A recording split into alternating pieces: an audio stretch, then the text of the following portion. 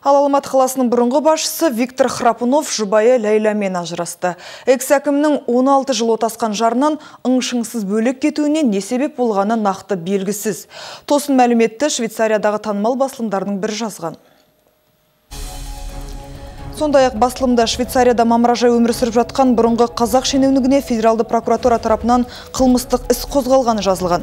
Жақында Алматы әкімдігі де экс-басшылары қолды қылған $300 миллион жуық қаржыны елге қайтарып алмақ ниетте Калифорния штатының федералды сотына арыз түсірген болатын. Осылайша Есімовтің командасы Алматы әкімдігінің меншігіндегі көптеген заңсыз сатылып кеткен жерлердің ақысын кері қайтарып алмақшы. Жалпы Виктор Храпунов пен оның жұбайы Ләйла Храпуноваға қатысты 24 қылмыстық іс қозғалған.